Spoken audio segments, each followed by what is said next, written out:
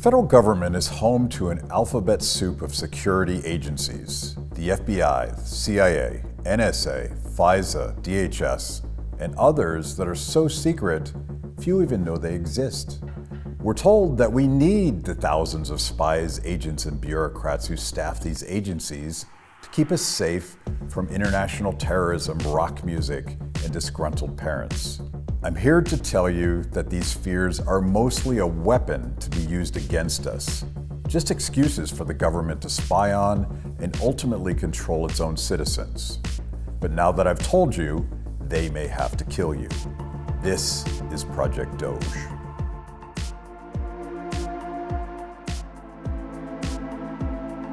The Fourth Amendment to the U.S. Constitution guarantees Americans the right to be secure in their persons and property from government surveillance. The founders had observed the way the British would use unlawful searches to punish the colonists, and they wanted to create a nation where the people would enjoy privacy protections against such snooping. Sadly, the Fourth Amendment has done little to stop the growth of the surveillance state. The Federal Bureau of Investigation was founded in 1908 under Teddy Roosevelt, and since then, the number of agencies doing similar work has exploded. From the beginning, the FBI has been weaponized for political purposes.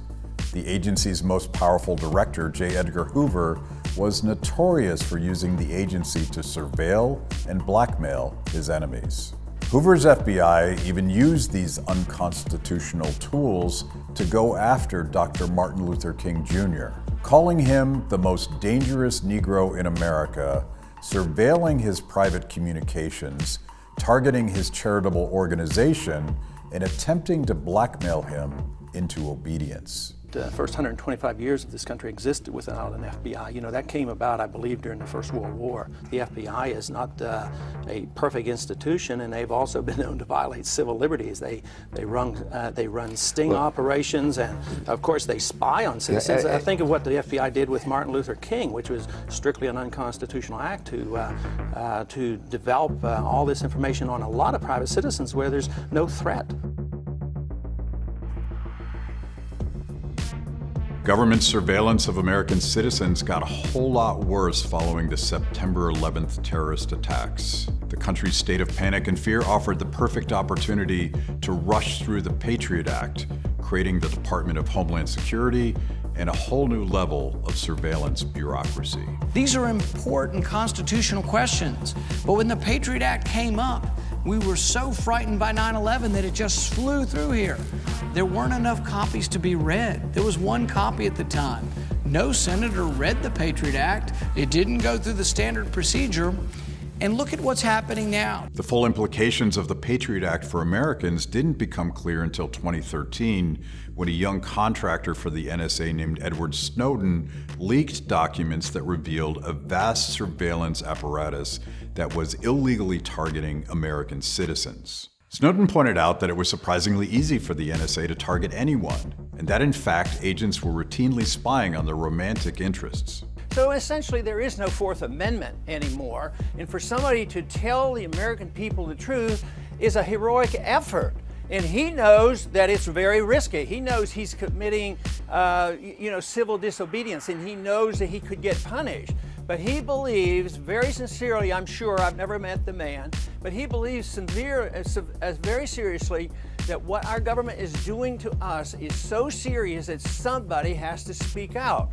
Snowden was rewarded for his courage by having to become a lifelong fugitive living in Russia. If he ever returns to the United States, he'll be arrested and imprisoned for treason. Most of the mass surveillance of Americans happens under Section 702 of the Foreign Intelligence Surveillance Act, or FISA. This law allows U.S. agencies to surveil foreign communications without a warrant, but it is broad enough to allow phone calls, emails, and text messages of Americans to be tracked, saved, and searched as well, in complete violation of their privacy.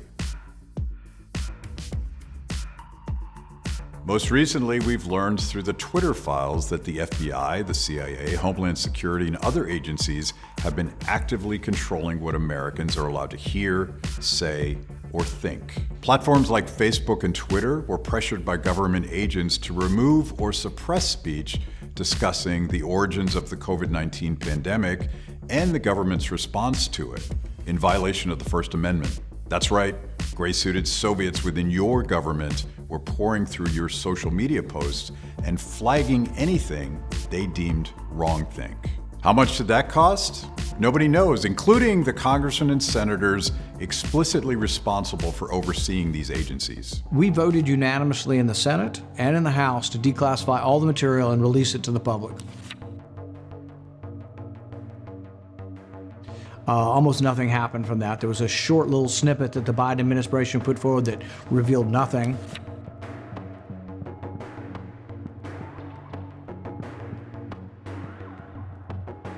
Most of the information I've been trying to get for the last 3 years is already declassified.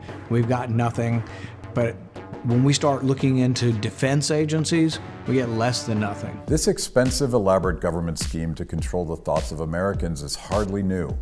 Beginning in the 1950s, the CIA paid millions of dollars to journalists at top media outlets and actors and artists to influence and control the opinions of Americans. They called it Operation Mockingbird. Often the narratives driven by the government were completely false, designed to divert our attention away from the truth. The surveillance state is not only spying on us, but it's also dictating what we're allowed to talk about. With all that in mind, is there anything we can do to fix these agencies? One of your big applause lines that is a bit of a head scratcher for me is defund the FBI. Yeah. So if you I didn't say defund the FBI, I said shut down the FBI and replace it with something new. Yeah. Donald Trump has nominated prosecuting attorney and deep state critic Kash Patel to head the FBI. And while he doesn't go as far as Vivek, he does seem serious about slashing the agency's budget and workforce. The FBI's footprint has gotten so freaking big, and the biggest problem the FBI has come out of its intel shops. I'd break that component out of it. I'd shut down the FBI Hoover building on day one and reopening the next day as a museum of the deep state. And I'd take the 7,000 employees that work in that building and send them across America to chase down criminals. Go be cops. You're cops. Go be cops. With over a century of civil liberties abuses behind it, the FBI won't go down without a fight. But attempts to rein in the out-of-control surveillance state should be a top priority for DOGE. The FBI spends more than $10 billion of our money every year. At the very least, we shouldn't have to pay for our own persecution.